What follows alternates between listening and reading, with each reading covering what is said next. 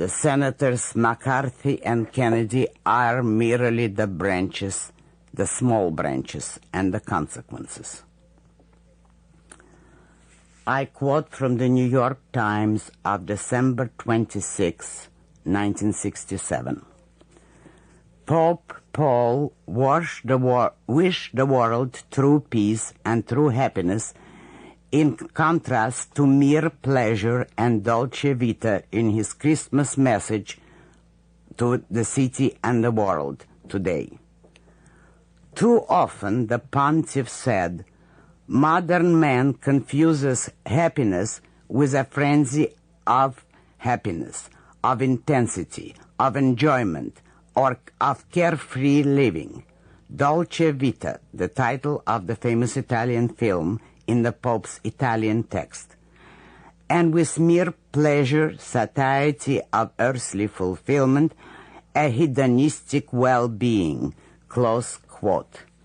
In other words, a frenzy of happiness, of intensity, of enjoyment, of carefree living is evil. Man should not aim at earthly fulfillment, nor even at well-being. Man should not seek happiness on earth. He should sacrifice himself. Who then should enjoy the product of his earthly effort? Well, of course, those who have not achieved it.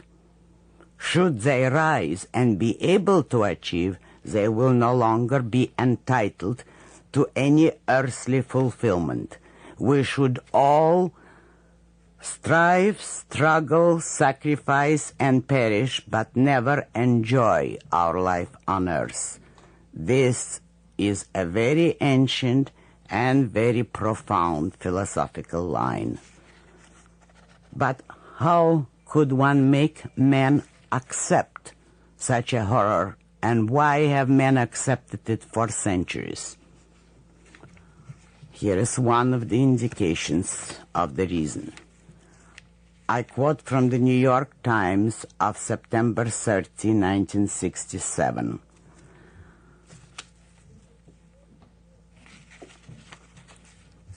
The Pope spoke of immense dangers caused by the irreligious orientation of the modern mentality. One error, the Pope said, is to believe that one can forget orthodoxy and select only those truths that appeal to individual conscience and intellect. Another, he said, is that it is possible to give the faith new ideological dimensions other than those outlined by genuine tradition. Faith is a mysterious gift which demands docility and responsiveness. Close quote. It is not difficult to see at what enemy this type of statement is directed.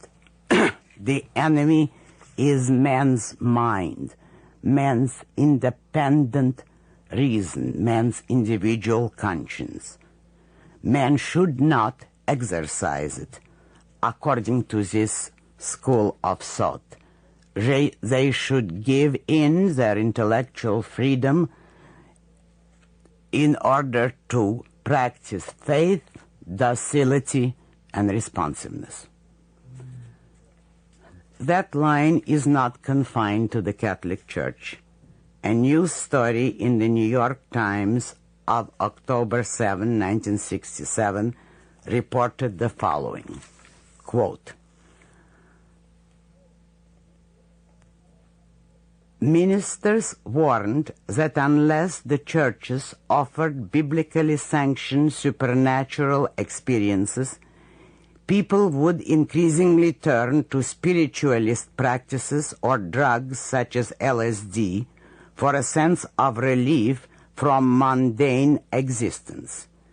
Young people today are simply craving for visions, the Reverend David Duplessis told the conference in the Statler Hilton Hotel, so they turn to LSD in order to get a trip out of the bondage to human limitations.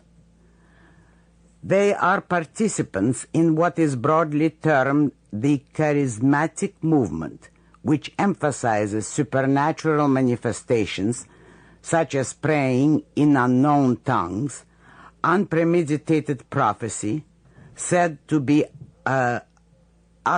utterance inspired by the